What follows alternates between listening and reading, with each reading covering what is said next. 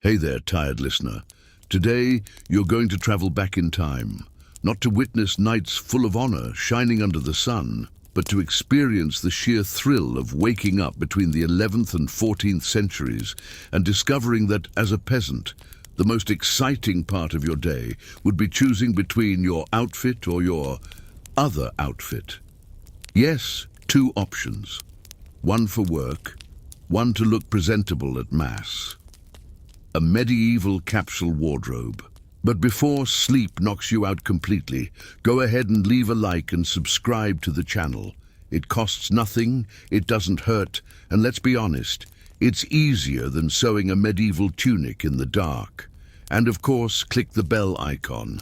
This helps the video reach more people who also love a boring story to fall asleep to.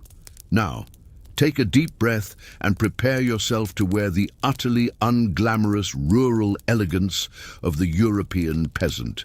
You are a man in the Middle Ages. Your day begins with the first layer of underwear.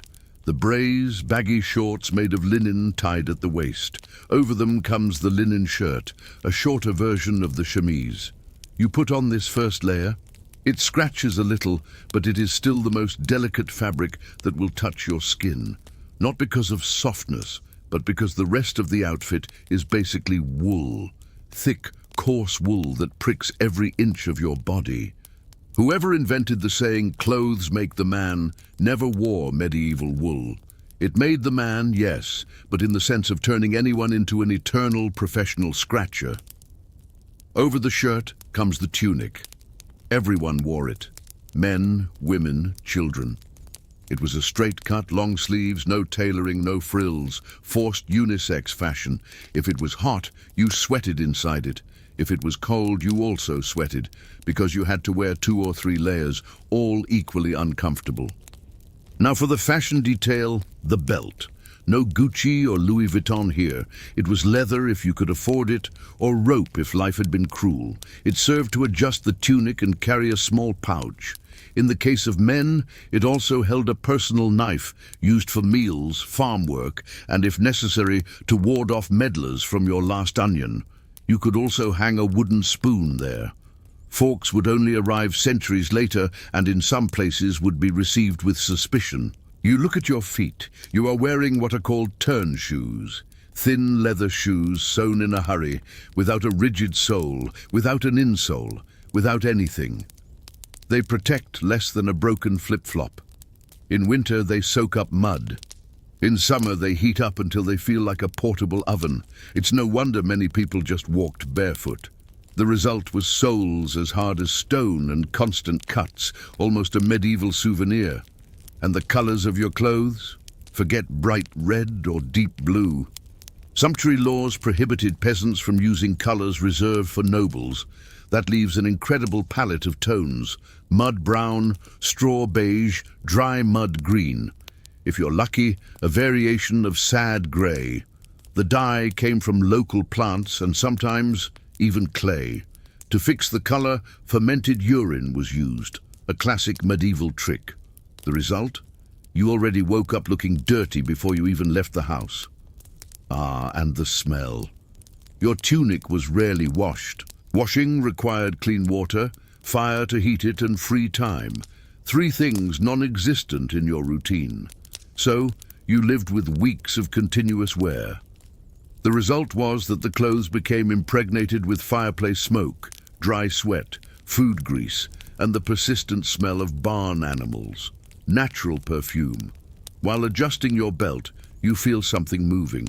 Of course, lice and fleas are the true owners of your clothes. The wool seams are a metropolis of insects. You scratch, they appreciate it, and life goes on. It's like carrying an unwanted company of parasites in your hem. In the end, you are dressed. The grimy linen shirt, the rough tunic, the loose belt, the soft shoes.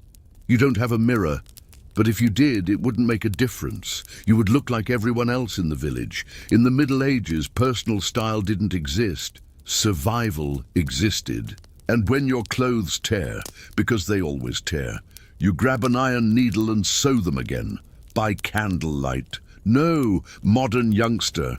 Candles were expensive. The most likely scenario is sewing during the day near the entrance of the house, taking advantage of the sliver of light passing through the cracks. At night, only with an oil lamp or a smoky torch, glamorous in the worst way. Imagine threading a needle while the whole house stinks of burning fat. That is your wardrobe. Simple, repetitive, prickly. One outfit for work, another for mass, both uncomfortable.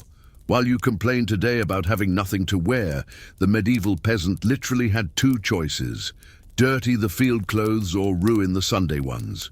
Whatever the case, at the end of the day, there was no escape. You had to wrap yourself in the cloth.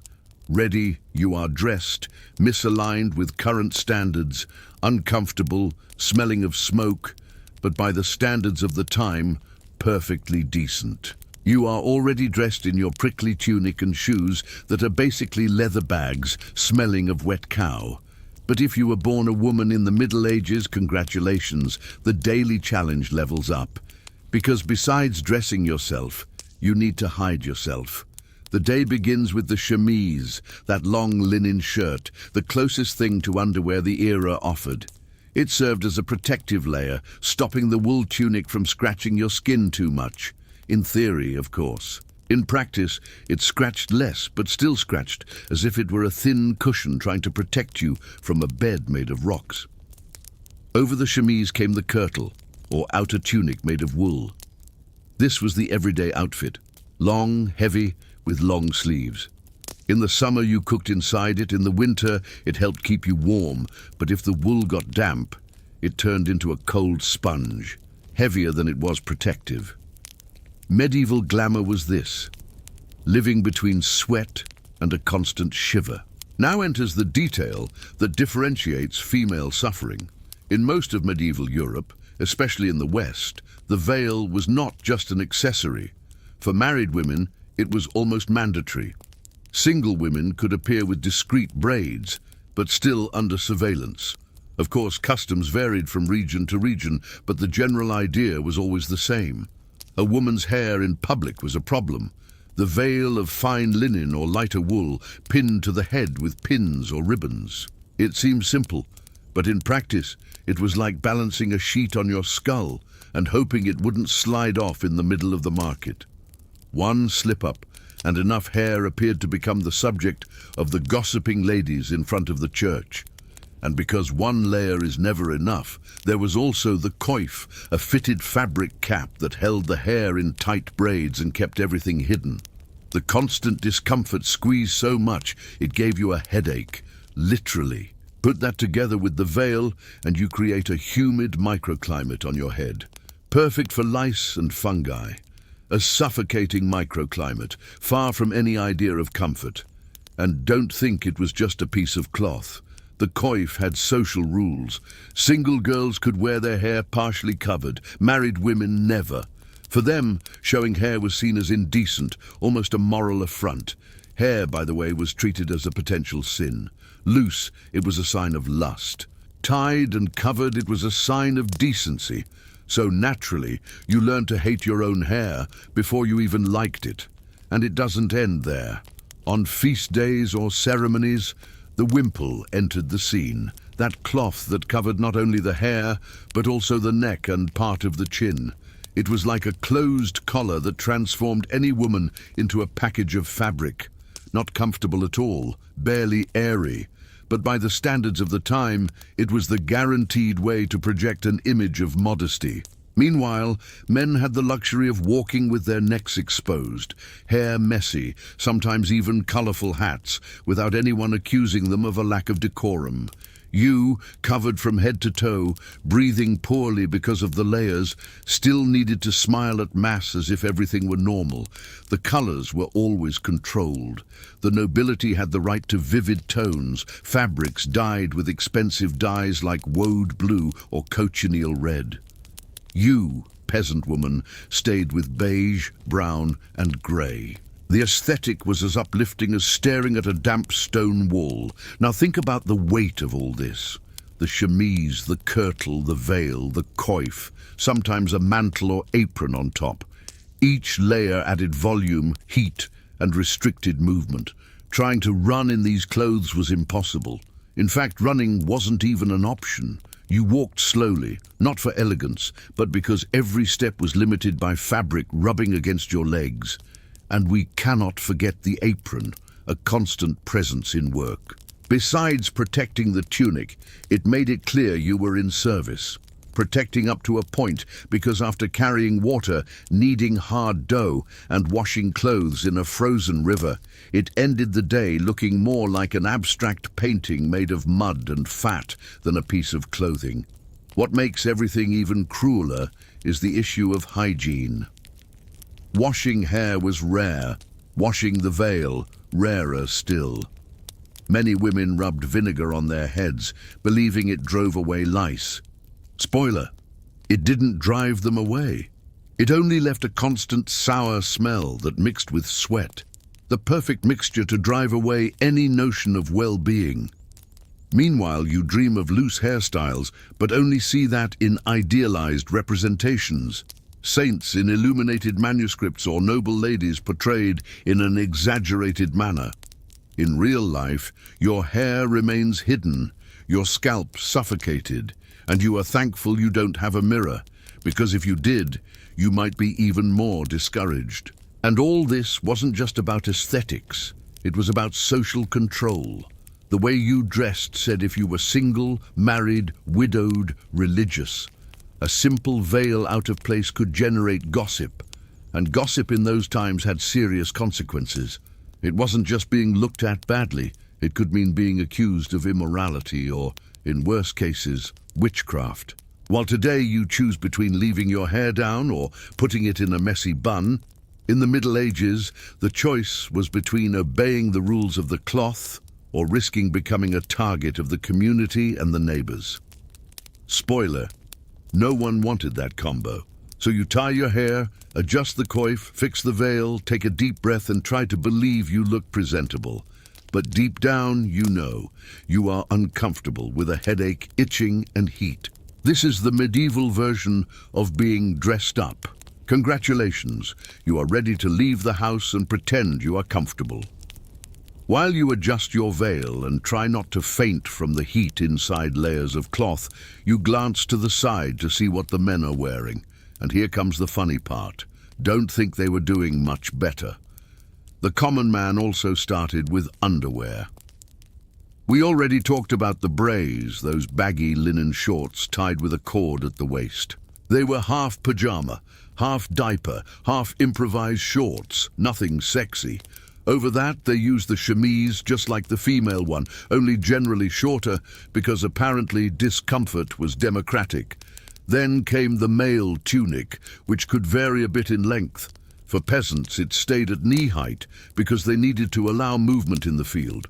For nobles, it was long because the less you needed to walk, the more cloth you could waste. It was a way of saying, look how rich I am.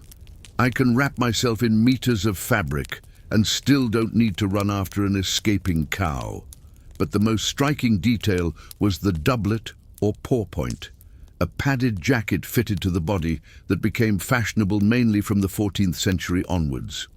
The idea was to look elegant and at the same time protect a little from the cold.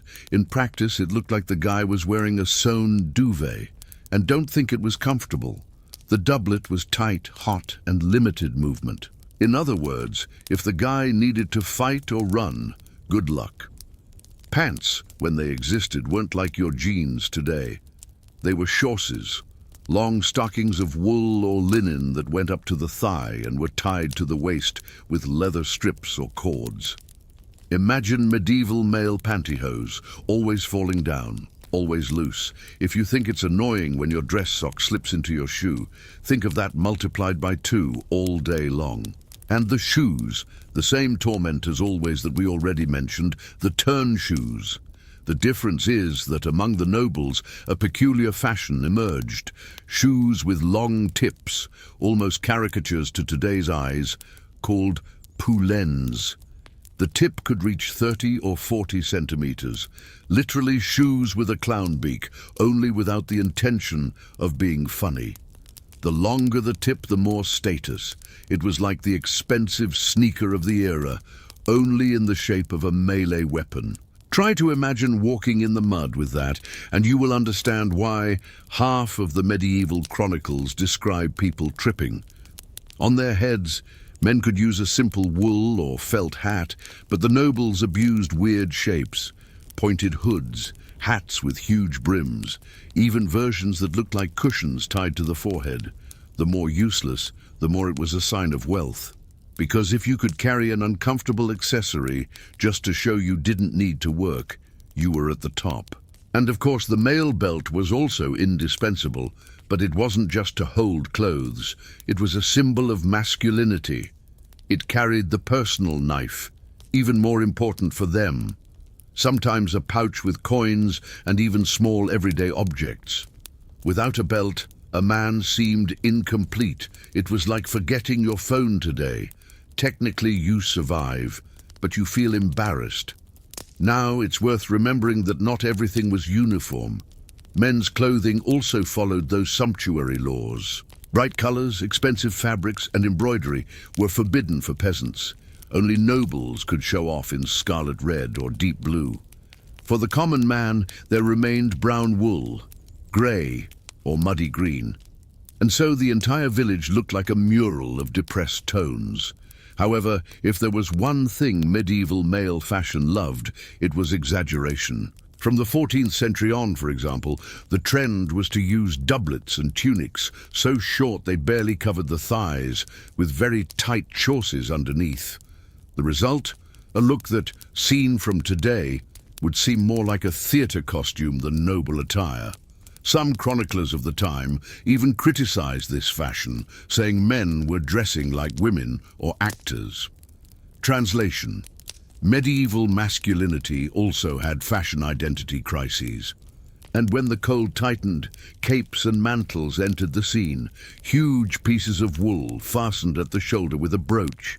They worked as a coat, blanket, and even an improvised bed, but they were heavy, slipped easily, and soaked through with rain. In other words, you carried a wet blanket tied to your body and still needed to pretend you were elegant.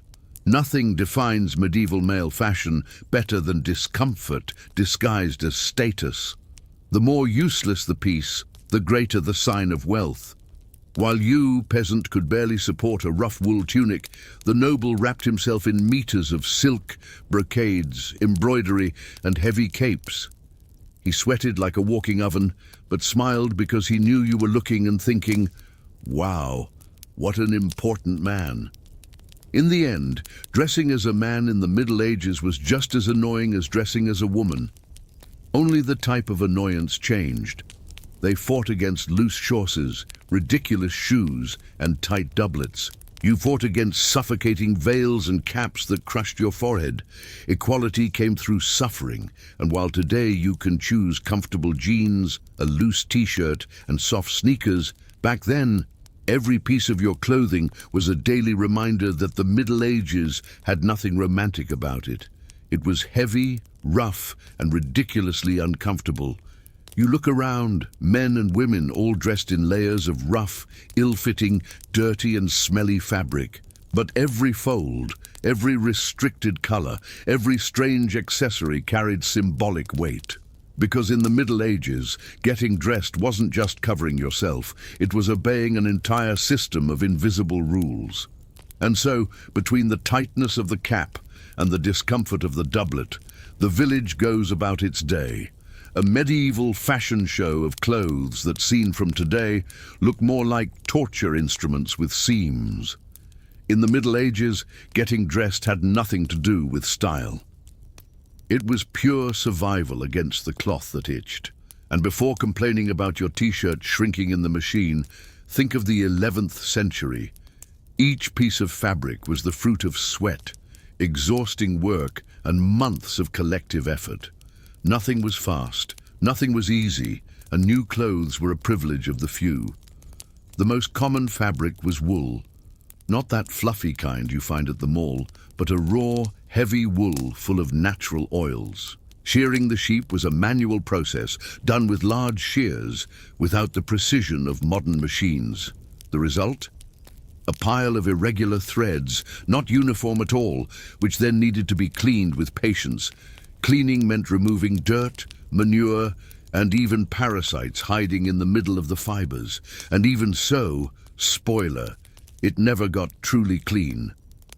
With the wool more or less usable came the spinning process. Women and children spent hours pulling threads with a distaff and spindle, turning tufts of wool into irregular lines. It was slow, tedious, and tiring. Imagine spending half your life rolling thread just to, in the end, have enough cloth for a brown tunic. Zero glamour. Then came the loom. Weavers worked for whole days to produce a few meters of fabric. Manual looms were enormous, noisy, and demanded absurd coordination. Every beat was a reminder that getting dressed was a privilege. Nothing was fast, nothing was easy. While you get irritated because your cotton t-shirt shrank in the machine, the medieval peasant took months just to have enough cloth to cover their body. Besides wool, there was linen made from the flax plant, which was cultivated, harvested, left to soak to rot the outer fibers, then crushed, combed, and only then spun. It was laborious and expensive. Result, linen was reserved for underwear or for those with more money.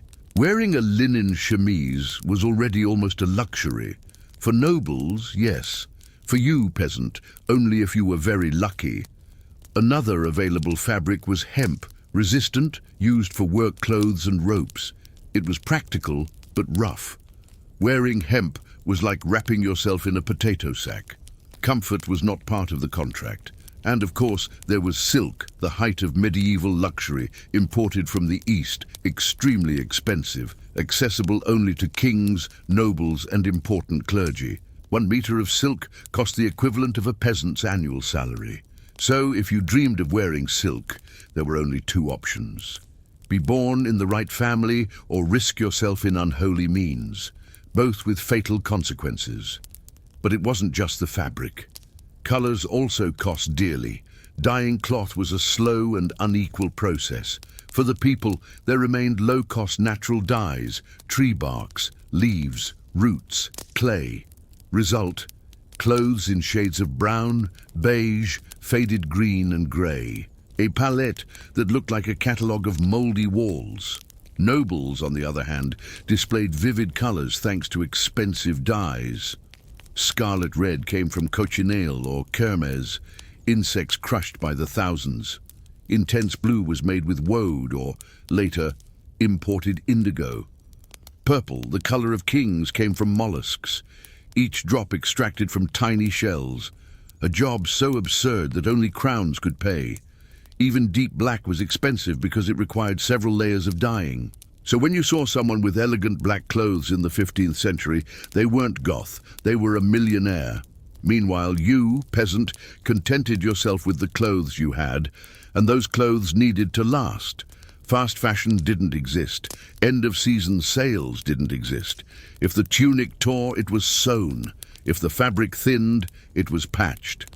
Clothes passed from father to son, from mother to daughter. And when they didn't fit anymore, they were repurposed as rags, sacks, or even tow-to-clean tools. Nothing was thrown away. And don't think that clothing production was a romantic craft activity. It was forced labor. In many regions, peasants were obliged to spin and weave as part of their duties to the feudal lord. In other words, besides planting food and paying taxes, you still had to produce thread to keep the nobles well dressed. You sweated in the field and at the loom, and even so walked around with the same wool tunic itching down to your bones.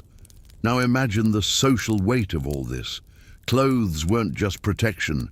They said who you were, the color, the fabric, the cut. Everything indicated your place in the hierarchy. A peasant dressed in silk, forbidden. A common woman wearing bright red, scandal. There were even laws determining that certain fabrics could only be used by certain classes. And if you dared to break the rule, you risked a fine, public humiliation, or worse. While you today choose between a black or white t-shirt, in the Middle Ages, the choice was much less glamorous. Wear what was available, always the same piece, already worn by use. Variety was a privilege of the few. For the majority, there remained simple fabrics, dyed with cheap dyes, in earth tones, dull green or faded grey. And along with the colours came the constant smell of fireplace smoke and animals around the house. And so, every time you tie the belt on your tunic, you can remember, this piece of cloth cost months of work, sweat and suffering. It wasn't clothing, it was a symbol of survival. You have already understood that getting a piece of cloth in the Middle Ages was a soap opera of sweat, rough wool and expensive dye. But wearing the clothes was only the first part of the problem. What came after was even more fun, living inside them. Because, let's agree, medieval clothes were not made for comfort, they were made to last and mainly to hide dirt. And make no mistake, dirt is the key word. You could go weeks, even months, without washing a tunic.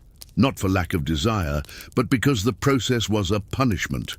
Washing required carrying buckets of water from the well or river, heating that water, scrubbing the cloth in ash or urine. Yes, urine, because the ammonia helped clean.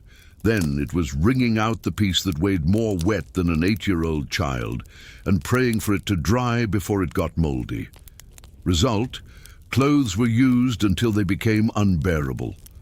And this delay in hygiene had a well-known side effect: parasites. Medieval clothing was basically a shared house for fleas, lice and bedbugs. Everyone had them: peasants, nobles, even kings. The thick wool seams were the perfect Airbnb for insects. You scratched in the field, at the market, even at mass, and no one thought it was strange because it was universal. Of course, there was no lack of creative solution attempts. Some people used dried herbs sewn inside their clothes, believing the smell drove away the bugs.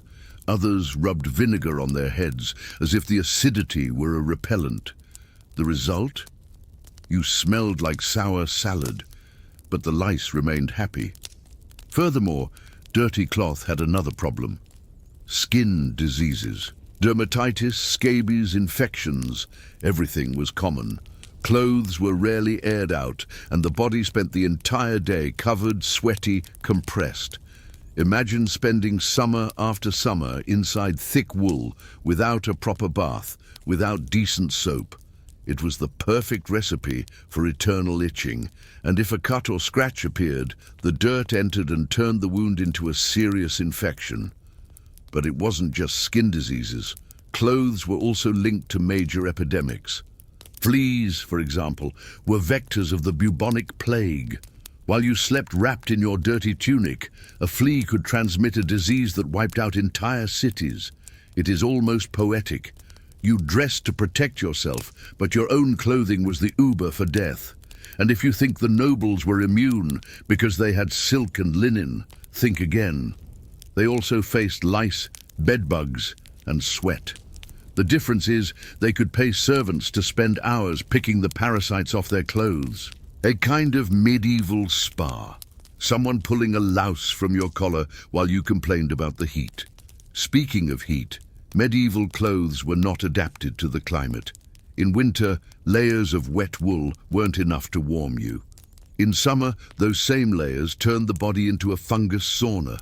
The smell, a mixture of sour sweat, damp wool and bonfire smoke. Perfume to disguise it didn't exist.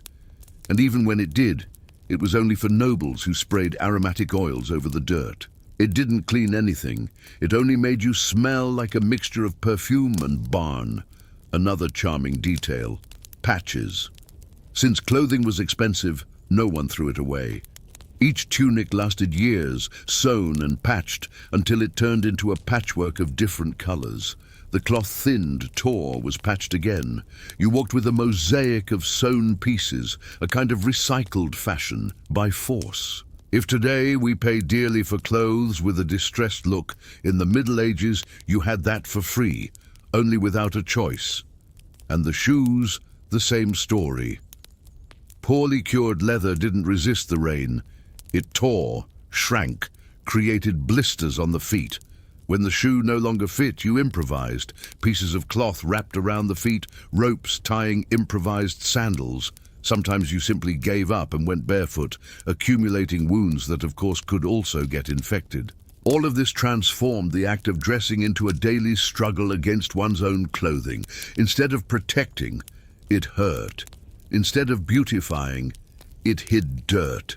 Instead of giving status, it denounced your place in society and, ironically, was one of the main ways diseases circulated. While today you choose your clothes thinking of style, in the Middle Ages you only thought about resisting inside them. Every itch was a reminder that the lice were winning. Every tear was a sign that one more night of forced sewing awaited you, and every layer of sweaty wool was as if the Middle Ages were mocking you. In the end, you didn't dress by choice. You dressed out of necessity, and that necessity came with smell, itching, weight, and every now and then death, literally.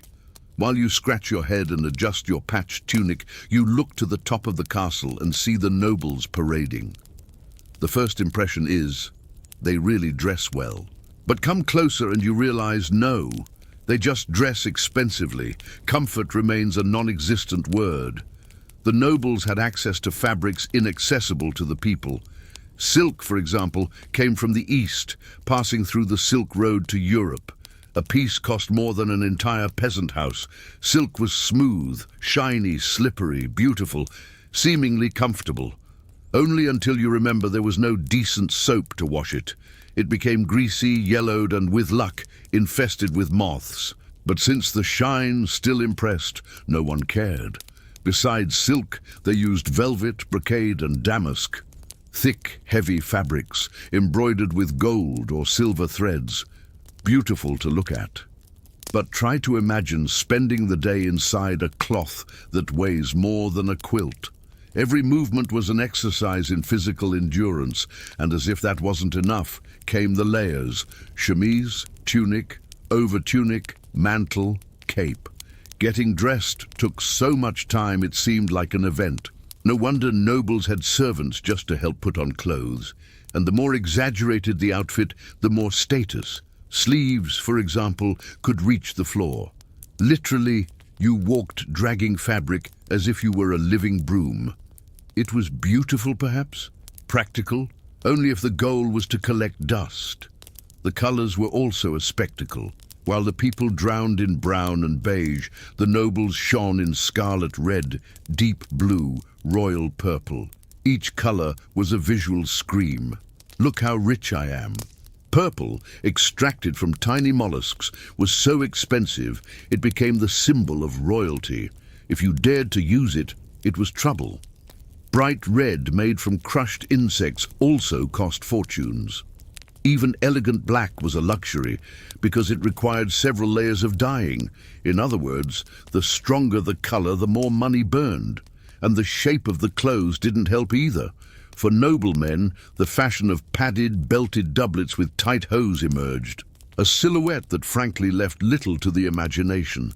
For women, dresses with enormous skirts, dragging sleeves and necklines that varied according to the morality of the time. Sometimes tight on the bust to the point of taking away breath, sometimes too loose but always heavy. And since nothing in the Middle Ages was simple, there was still embroidery. Noble clothes were covered in symbols, coats of arms, and drawings. Embroidery wasn't just decoration. It was a way of shouting your social position. If your tunic had golden lions sewn on it, you didn't need to say you were important. Your clothes spoke for you. But every stitch of embroidery cost hours of work from an embroiderer who, ironically, probably never wore anything other than raw linen. Accessories were also part of the ostentation. Belts studded with stones, huge necklaces, tall and extravagant hats. Some nobles went as far as using hats so exaggerated they looked like church towers. The more useless, the more of a sign of status. After all, if you could balance half a kilo of cloth and feathers on your head, it's because clearly you didn't need to work. But here is the detail. Behind all this pomp, discomfort reigned. Imagine wearing silk and velvet in a hall full of lit torches.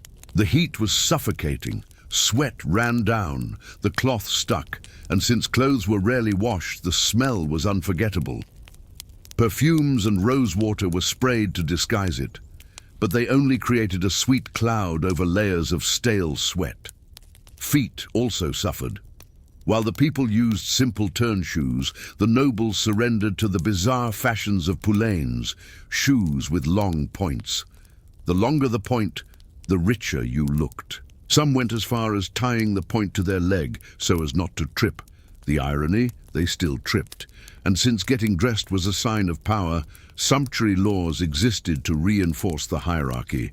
They said who could use silk, who could use strong colors, who could show off precious stones. If you were a peasant and appeared in bright red, you ran the risk of punishment. It was a way to keep everyone in their place. Clothing in the Middle Ages was more than cloth. It was social control. Now imagine yourself, a medieval noble at a banquet, sitting under heavy tapestries, eating greasy meat, drinking cloudy wine, and all this dressed in layers of silk, velvet, and embroidery. You perspire, your clothes stick, your shoes bother you, but you smile because the important thing wasn't being comfortable. It was appearing grand.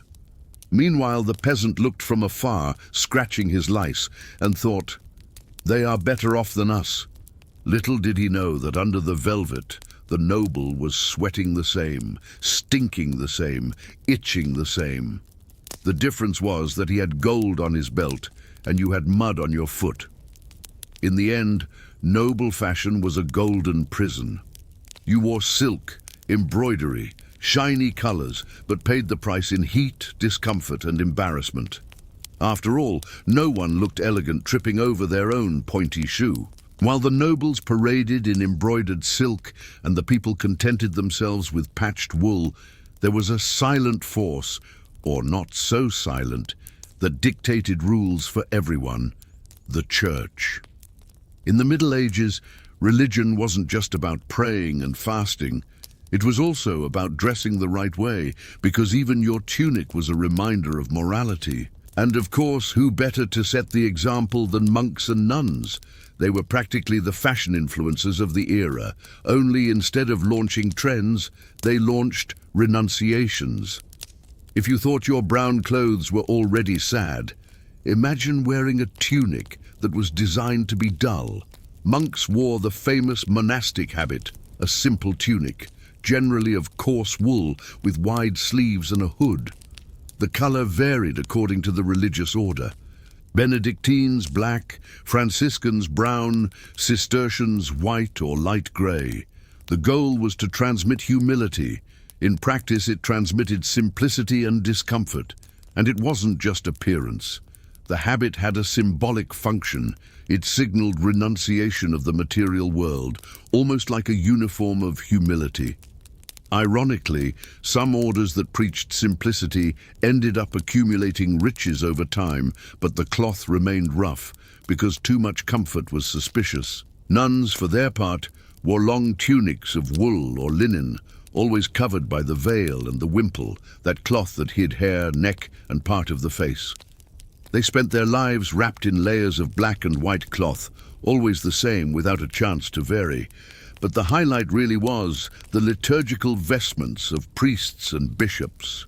If monks preached simplicity, the high clergy loved a spectacle. Masses were true parades of luxurious fabrics, chasubles of embroidered silk, golden stoles, shiny mitres, everything loaded with symbols. Each colour had meaning.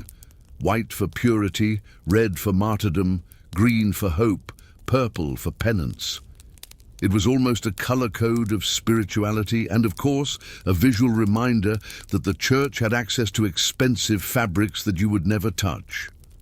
For the people, this had a direct effect. The church not only controlled fashion inside monasteries and cathedrals, but also dictated rules for the laity.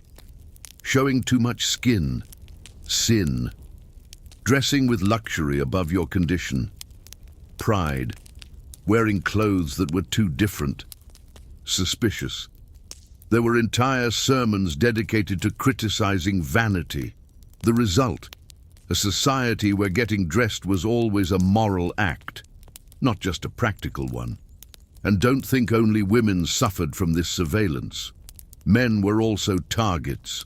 In the 14th century, when tight hose began to become fashionable among nobles, priests and preachers were scandalized. They wrote furious texts saying that it was indecent, that it highlighted parts of the body that should remain discreet. What today would just be ridiculous fashion, at the time was treated as a spiritual threat. Meanwhile, women remained trapped in the rules of modesty. Mandatory veils, discreet colors, no flashy adornments. Showing hair was practically a public confession of sin. Married women were obliged to cover everything. Single women could appear with discreet braids, but even so were watched. Female clothing wasn't just cloth. It was a moral identity card. And if you dared to break the rules, gossip was the least of your problems. It could turn into a sermon. It could turn into public penance. In more extreme cases, it could be grounds for heavier accusations like witchcraft.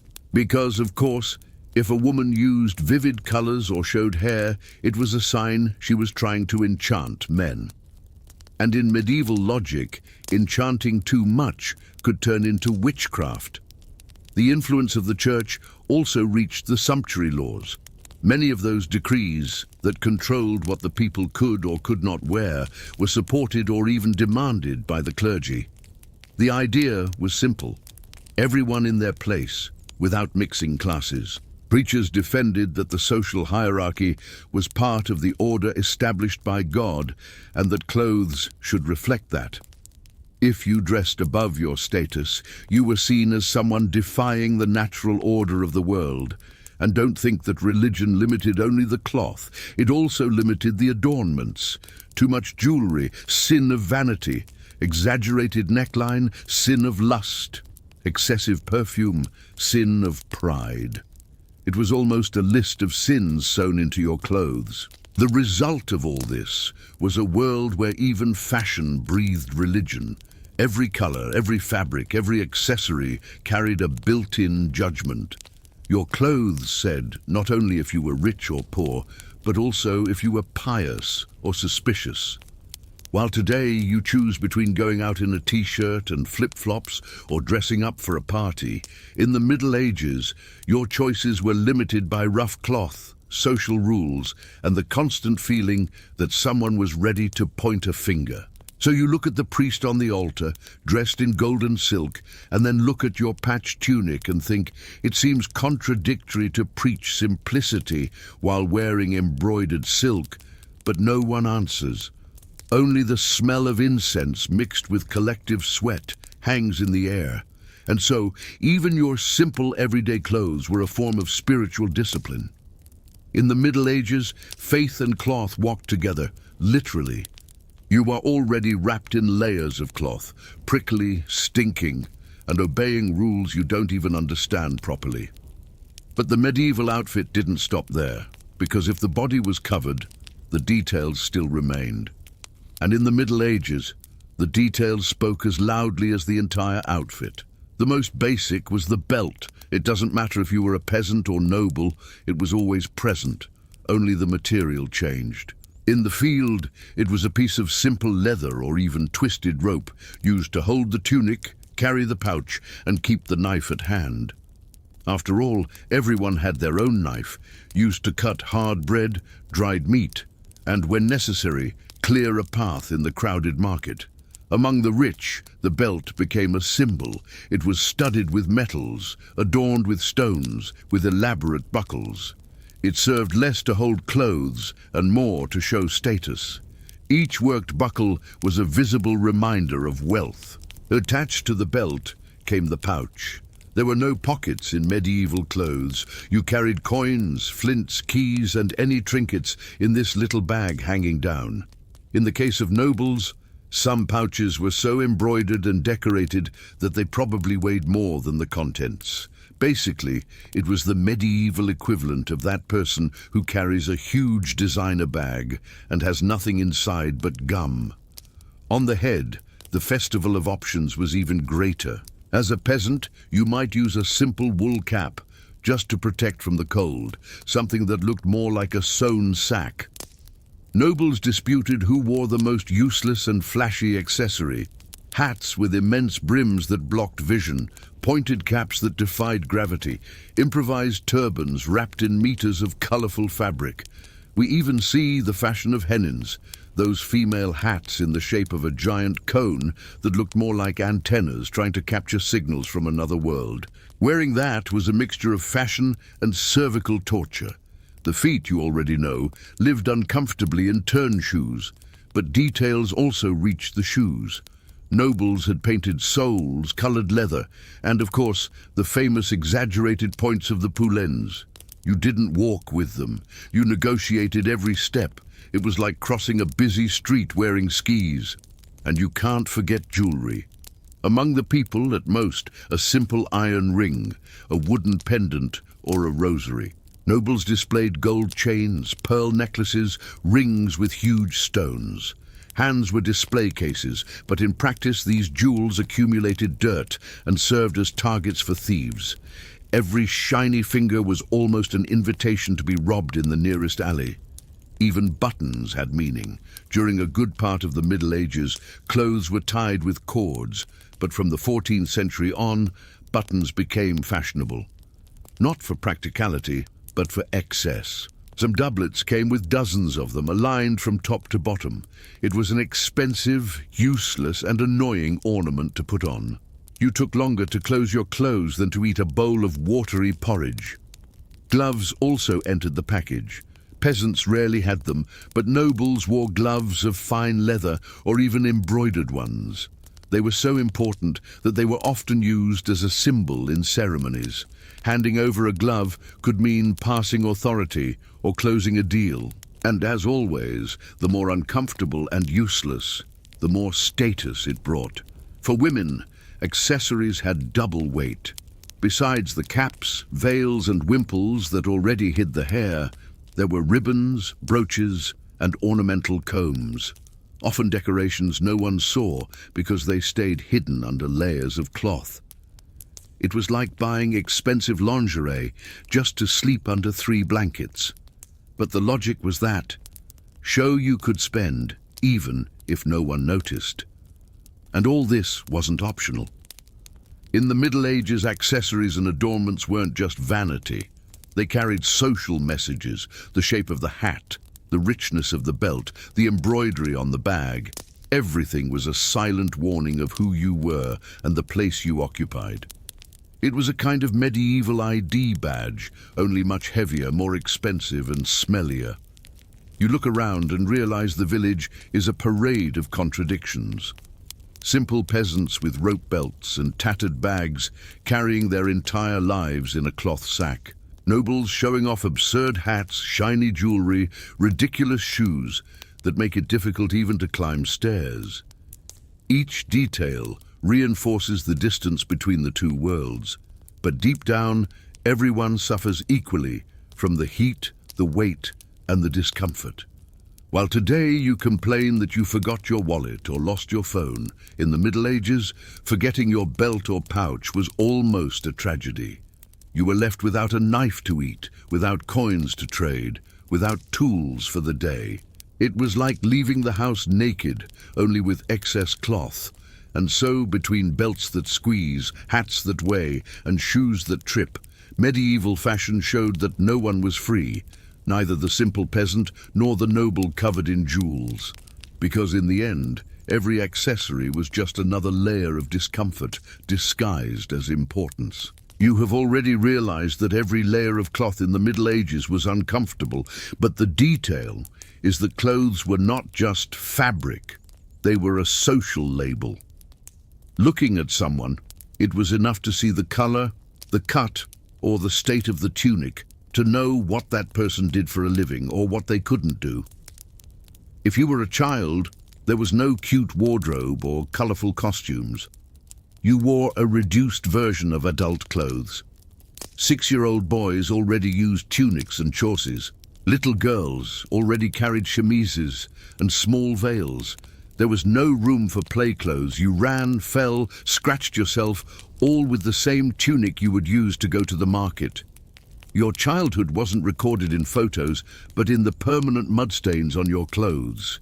If you were a working peasant, your clothes said everything. Short wool tunic, generally brown or beige, simple belt, and bare feet or worn leather shoes. Your hands, blackened from the field, marked the fabric with sweat and earth. There was no way to hide your condition. Just looking at the clothes, everyone knew you were the base of the social pyramid. If you were an artisan, your profession appeared stamped on your apron. The blacksmith wore thick leather burned by sparks. The miller walked covered in flour, as if he had spent the day inside a bread sack. The carpenter carried chips stuck to the cloth. You didn't need to announce your trade. The clothes spoke for you, even against your will. For married women or widows, the outfit was an even more evident marker. Aprons and caps made their role in the home clear. Widows differentiated themselves by using darker clothes, transmitting mourning. It wasn't an aesthetic choice, but a social warning. You carried the status of your family life on the cloth. Among men who had the misfortune of fighting, clothes mixed with military equipment. The base was the same. Chemise, brays and chausses, but over that came the gambeson, that heavy padded jacket that served as protection against blows. Next, the chainmail, formed by thousands of iron rings that crushed shoulders and limited movements. And to complete it, the helm that made you sweat like you were inside a pot. From the outside, it looked like glorious armor. From the inside, it was a portable sauna. Even apprentices had clothes that denounced their position. A young tailor, for example, wore simple tunics, but always carried threads and needles hanging. An apprentice cobbler lived covered in leather scraps. It was impossible to disguise yourself. Your trade stuck to you, in the smell, in the stains, and in the improvised accessories. Colors reinforced all this. A peasant wore dull tones because he only had access to cheap dyes from local plants. A successful merchant could display fabrics dyed in stronger blue or faded red. A knight in a prominent position used surcoats with coats of arms, identifying his loyalty on the battlefield. Each color and drawing was a visible code. Even the clothes of young women indicated their moment in life. Lighter fabrics and fitted belts showed they were of marriageable age. A skirt reinforced with an apron indicated they were already working. There was no need to talk. The clothes gave away your condition in seconds. And we cannot forget travelers and merchants recognized from afar. They used more resistant cloaks, often colorful, to stand out on the roads. Larger pouches hanging from the belt denounced who carried coins, which of course also attracted the attention of thieves. Clothing, in this case, was both a shield and an invitation. In the end, you walked dressed not just in fabric, but with a visible biography. Your clothes said if you were a child or adult, married or widowed, poor or well-off, apprentice or master, peasant or soldier. The cloth was a badge, resume, and identity document all at the same time. While today you change style every week, experimenting with different looks, in the Middle Ages there was no change. Your clothes classified you, and you had no way to escape this label sewn onto your body. You put on the short tunic, fasten the simple belt, adjust the apron, and by doing so you are confirming to everyone not just what you are going to do that day, but who you are within the social order. You have already understood that every piece of cloth on your body in the Middle Ages was a sentence. It doesn't matter if it was coarse wool, grimy linen, poorly cured leather, or silk that cost more than your entire life. Getting dressed was a burden. Now imagine not just wearing, but living every day inside these clothes. The clothes didn't leave you. They became part of who you were. In the morning, you woke up with the cloth still warm from the night's sweat. There were no pajamas or sleepwear. You slept in the same chemise you would use during the day. If you were lucky, there was time to air it out a bit in the yard. Otherwise, you just got up, beat off the dust, tied your belt, and went on. Your first breath already came with the smell of damp wool and accumulated smoke. Discomfort began early. If it was winter, The heavy cloth didn't really warm you. You woke up with the cold chemise stuck to your body. Wearing more layers didn't help much. Each piece accumulated cold, as if made of pressed ice. You shivered for hours until your body warmed up. And in that time, you were already in the field, working with stiff fingers and wet feet. If it was summer, the opposite. Every layer turned your skin into a greenhouse. You felt the sweat running down your back, trapped under the wool. The chemise stuck. The chausses suffocated your legs. The shoe filled with humidity. There was no way to relieve it. Taking off too many clothes was risky. Besides looking indecent, you would burn in the sun. So you endured scratching and sweating until the end of the day. Clothes were also traps for the body. The belt marked the waist but shaped nothing. It only squeezed, bothering a stomach full of hard bread and weak beer. Long sleeves got in the way of work, soaked up water, stained with grease. The cloth never cooperated. Either it weighed too much or restricted movement, or accumulated dirt in folds you couldn't even reach. On the body, the impact was constant. Your shoulders got sore from carrying layers of wet fabric. Your skin itched endlessly because of lice and fleas. Your shins lived scratched because the loose chausses slipped down and bunched up, leaving the wool rubbing against the skin. Your feet were always hard, full of calluses, blisters, and wounds from walking in mud with tattered shoes. The cloth and leather didn't protect. They only reminded you that you never had rest. Routine also revolved around clothes. You needed to mend constantly. Sewing wasn't a hobby, it was survival. Every open hole was sewn with thick thread, leaving the clothes heavier, more crooked, uglier. Your tunic ended up turning into a walking patchwork quilt, and you kept using it because throwing it away was impossible. New clothes only appeared in case of marriage, inheritance, or a miracle. At the market, everyone evaluated each other by the cloth. Your clothes said if you were well off, desperate, or ashamed. If it was too worn, it denounced poverty. If it was too new, it raised suspicion. Stole from someone? There was no escaping judgment. It was like walking with a sign hanging on your chest, stating your status. And don't think the psychological weight was less. Every morning, you put on not just cloth, but obligations. A man put on the short tunic and knew he would spend the day in the field. A woman adjusted the veil and knew she would be judged if it slipped. An artisan's apprentice put on the apron and already felt the weight of the master, inspecting every poorly stitched point. There were no neutral clothes. Every piece was a reminder of position, duty, and limit. While today you complain about losing a sock in the machine or not having enough clothes to go out, in the Middle Ages, your entire life fit into 2 or 3 pieces. One for work, one for special occasions, and perhaps a heavy cloak for the cold. That was it. You spent years inside the same clothes until the cloth disintegrated. Your body aged along with the fabric, and the two went on destroying each other slowly. At the end of the day, you lay down again with the same chemise, the same smell of smoke and sweat, the same itches. Nothing changed. The cloth was prison and companion. There was no full closet, only eternal repetition, and when you finally died, your clothes could still be reused. Relatives cut pieces to make rags, cleaning cloths, or even smaller clothes for children. Even dead, you didn't get rid of the cycle of the cloth. Meanwhile, you, modern listener, wear soft cotton, cheap polyester, fabrics that dry in minutes and can be washed in machines that do all the work.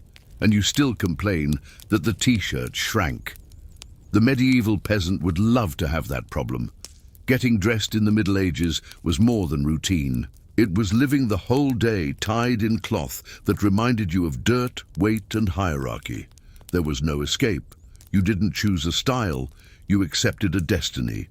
And so every fold of the clothes, every point of itching, and every impregnated smell became part of who you were. Not just a covered body, but a wrapped life.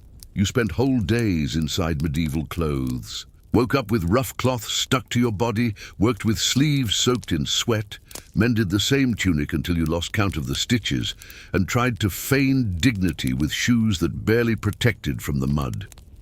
Now comes the end of the cycle. Living wrapped in cloth wasn't a phase, it was destiny.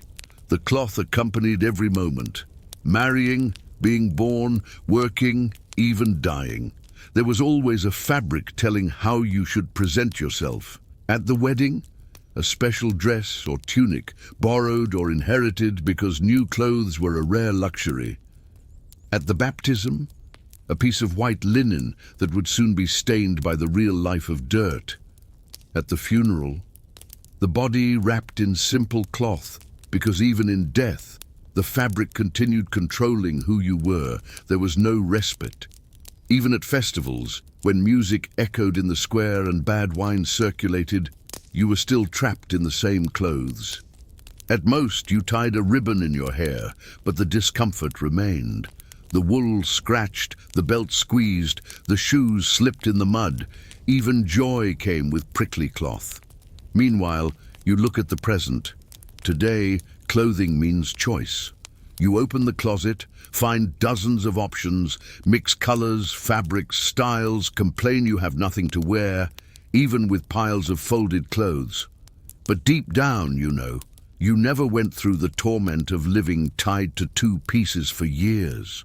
You wear light cotton, synthetic fabrics that dry fast, clothes that can be washed and changed with ease. The machine does the work in minutes. In the Middle Ages, washing was a struggle of hours, and you still dare say you are too lazy to hang clothes on the line. The medieval peasant would hear this and laugh, or cry if they still had the strength.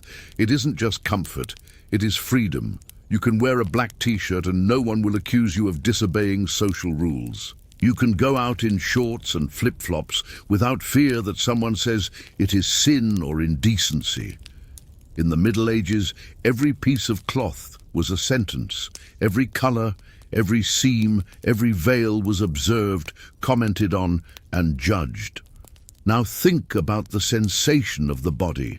You lying today in clean sheets cannot imagine the weight of sleeping always, with the same rough chemise, infested with fleas carrying the smell of smoke. You cannot imagine what it was like to wake up already itching, already sweating, already tired. Your clothes, instead of protection, were the daily reminder of the difficulty of living. Deep down, getting dressed in the Middle Ages was less about fashion and more about resistance. Resisting the cold, the heat, the dirt, the parasites, the judgment. Every morning was a new pact with the same tunic, the same belt, the same destroyed shoes, and you accepted it because there was no alternative. While today you change clothes because they don't match your sneakers. Back then, the only choice was to wear what you had until the cloth fell apart on your body. Clothes were so permanent, they ended up confusing themselves with the skin. You didn't take them off, you didn't choose, you submitted. Now, tired listener, imagine closing your eyes with that sensation. The weight of the wool on your shoulders, the rough cloth on your neck, the heat stuck to your back. Every fold of the clothes is an annoyance. Every smell is a memory. Every seam is a squeeze, and you try to rest inside that. The only advantage of being in the present is precisely being able to laugh at this absurdity and at the same time give thanks. Give thanks for having cotton, a washing machine, laundry detergent, comfortable sneakers, light shorts. Give thanks for being able to wear a t-shirt with holes at home without anyone deducing your life is ruined. And so, when you lie down today, you will remember you don't need to worry about lice hiding in the seam of your shirt. You don't need to spend months inside the same clothes. You don't need to patch until the cloth turns into only sewn holes. Your discomfort boils down to choosing the color of your socks. So close your eyes, take a deep breath. Let the tired voice remind you that the worst has passed. No rough cloth will trap you tonight. No tight belt will cut your breathing. No broken shoe will drag you through the mud.